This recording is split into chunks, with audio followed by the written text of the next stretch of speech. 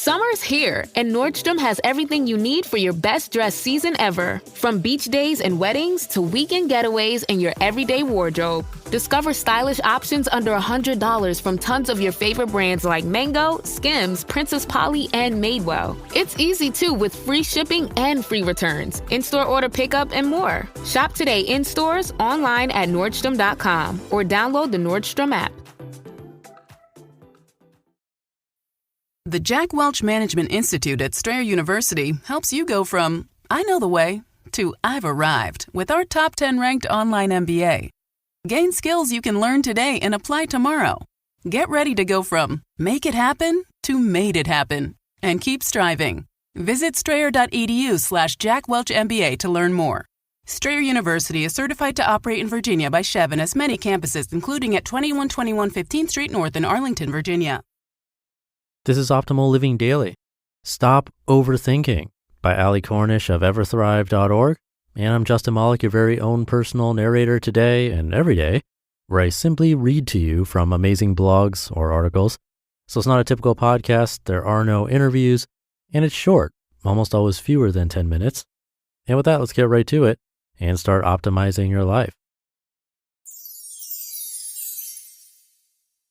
Stop Overthinking by Ali Cornish of Everthrive.org. I used to spend a lot of time overthinking. Trapped in that never-ending what-if loop, I'd stress about how intruders might access my apartment. What if I left the candle burning at home? Will the hissing radiator explode while I'm at work? What if I made the wrong impression at dinner last night? What if I talked too much or too little? Sometimes I'd feel for my wallet or keys 3 times in the course of a train commute. It made my heart palpitate a little less. I'd often ruminate on non-existent symptoms. What if I had a terminal illness? I'd self-diagnose a skin anomaly on WebMD until concluding that I must immediately seek a specialist. I'd visualize my death, create my will, divide up possessions among family members, and plan my ashes to be scattered at sea, despite a propensity for seasickness. In this real-life scenario, circa 2007, I actually did consult a specialist who, after a physical evaluation, told me there was absolutely nothing wrong with me and that I was worrying too much. At that moment, I didn't feel relieved. Instead, I felt like an idiot.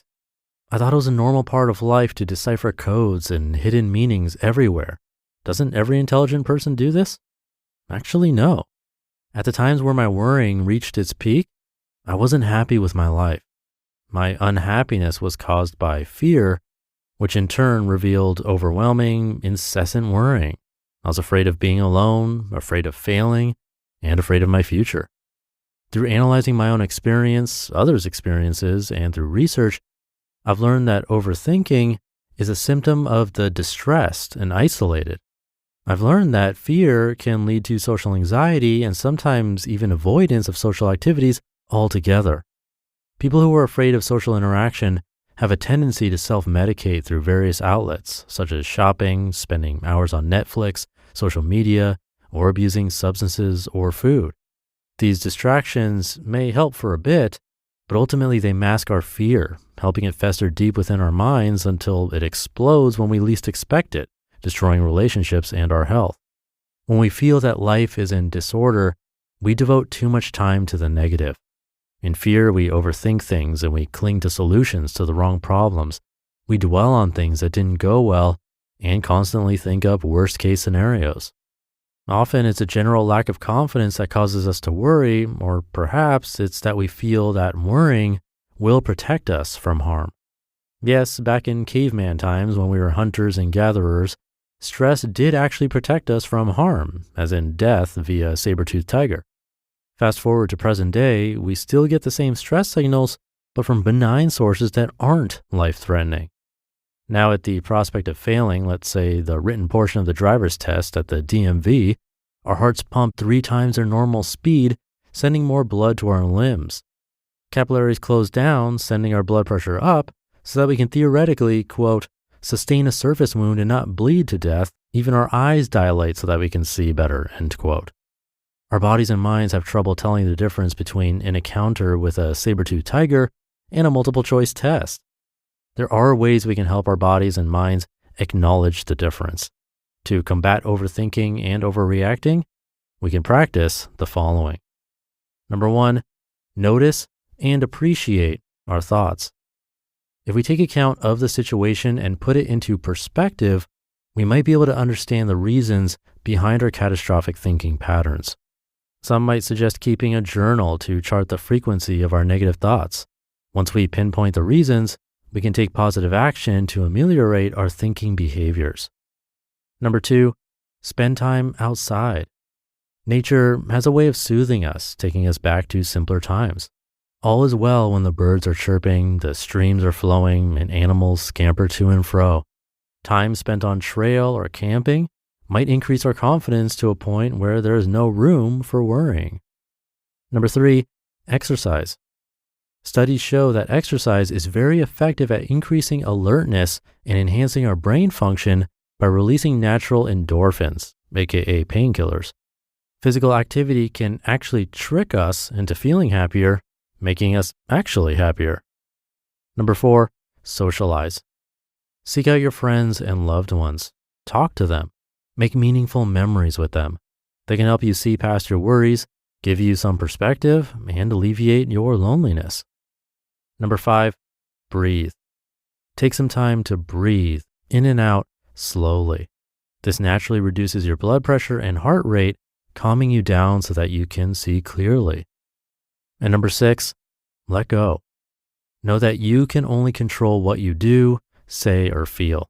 You can't control anything that happens at you, and you can't control what other people do. You are in control of yourself, so let all of those worries go. Be grateful for what you have, take action to ensure your immediate safety and comfort, and know that you will be okay. You just listened to the post titled, Stop Overthinking by Cornish of Everthrive.org, and I'll be right back with my commentary. On WhatsApp, no one can see or hear your personal messages. Whether it's a voice call, message, or sending a password. To WhatsApp, it's all just this. So whether you're sharing the streaming password in the family chat or trading those late-night voice messages that could basically become a podcast, your personal messages stay between you, your friends, and your family. No one else. Not even us. WhatsApp. Message privately with everyone. With the Venmo debit card, you can Venmo everything. Your favorite band's merch? You can Venmo this. Or their next show? You can Venmo that. Visit venmo.me/debit to learn more. The Venmo MasterCard is issued by the Bancorp Bank N.A. pursuant to license by MasterCard International Incorporated. Card may be used everywhere MasterCard is accepted. Venmo purchase restrictions apply. Thank you to Allie. I'm a huge introvert. I mentioned that before on this show, and I definitely enjoy my time alone. But that aloneness, like she said, can very easily turn into overthinking, exaggeration, sort of a loss of what's real even.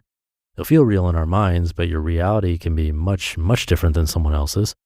I'll probably sound like a broken record, but I think meditation is a nice tool to have in your box for catching overthinking because it's literally a practice of watching your thoughts and letting them go, which were the very first and last points she mentioned.